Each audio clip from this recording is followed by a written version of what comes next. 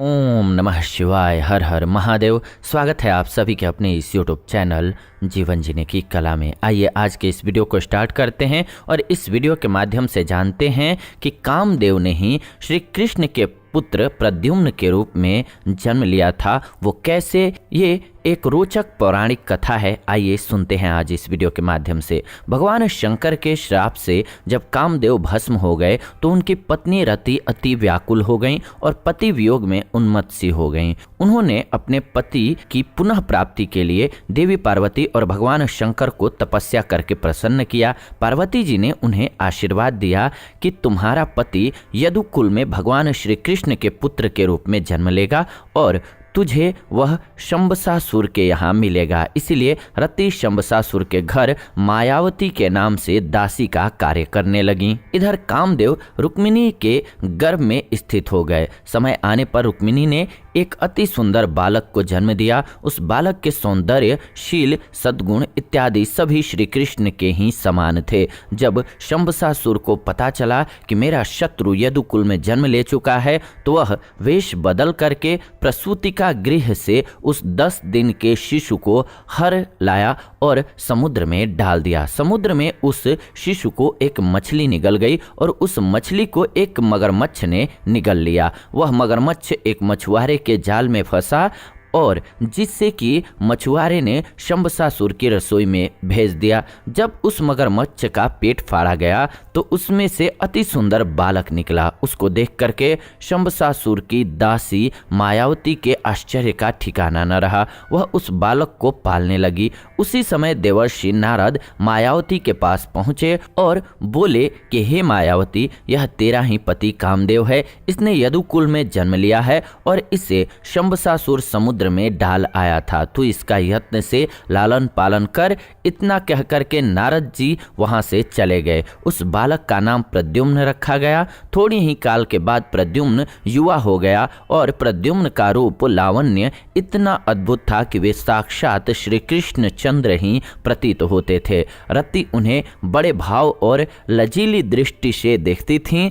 तब प्रद्युम्न जी बोले कि तुमने माता जैसा मेरा लालन पालन किया है, फिर तुम में ऐसा परिवर्तन क्यों देख रहा हूँ। तब रति ने कहा कि पुत्र नहीं, तुम पति हो मेरे। मिले कंत शंबसासुर प्रेरे, मारो नाथ शत्रु यह तुम्हरो, मिटो दुख देवन को सिगरो। इतना कह करके मायावती रति ने उन्हें महाविद्या प्रदान किया तथा धनुष, बाण, अस्त्र, शस्त्र इत्यादि सभी विद्याओं में निपुण कर दिया। युद्ध विद्या में प्रवीण हो जाने पर प्रद्युम्न अस्त्र शस्त्र से सुसज्जित होकर के शंबसासुर की सभा में गए। शंबसासुर उन्हें देख करके प्रसन्न हुआ और सभासदों से कहा कि इस बालक को मैंने पाल पोष करके बड़ा किया है। इस पर प्रद्युम्न बोले कि अरे दुष्ट, मैं तेरा बालक नहीं बल्कि तेरा वही शत्रु हूँ जिसको तूने समुद्र में डाल दिया था। अब तुम मुझसे युद्ध कर। प्रद्युम्न के इन वचनों को सुन करके शंबसासुर ने अति क्रोधित होकर उन पर अपने वज्र के समान भारी गदा का प्रहार किया। प्रद्युम्न ने उस गदा को अपनी गदा से काट दिया।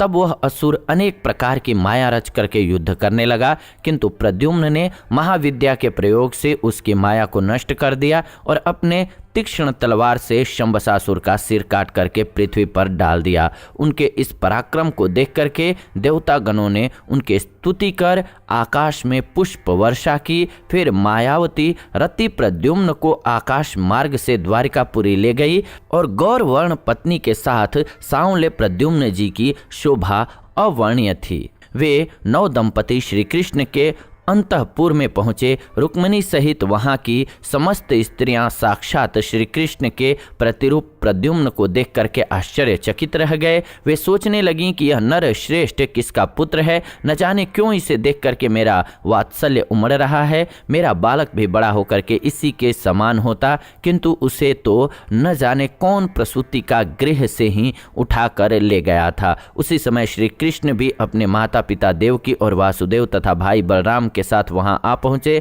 श्री कृष्ण तो अंतर्यामी थे, किंतु उन्हें नरलीला करनी थी, इसीलिए वे बालक के विषय में अनजान बने रहे। तब देवर्षि नारद ने वहां आकर सभी को प्रद्युम्न की अद्योपांत कथा सुनाई और वहां उपस्थित समस्त जनों के हृदय में हर्ष व्याप्त हो गया। तो ये कथा रही प्रद्युम्न की ऐसी ही नई कथा के लिए आप सभी चैनल को सब्सक्राइब करके बेल नोटिफिकेशन को ऑन कर लें, ताकि नई वीडियो जब भी हम लेकर के आएँ नोटिफिकेशन आप सभी को सबसे पहले मिले। साथ ही साथ वीडियो को लाइक, शेयर एंड कमेंट करें ताकि अन्य लोगों तक वीडियो पहुंच सके। फिलहाल आज के इस वीडियो में इतना ही, विदा लेते हैं आज के इस वीडियो से। जुड़ेंगे नई वीडियो में, तब तक आप सभी खुश रहें, आनंदित रहें, प्रेम से बोलें हर हर महादेव।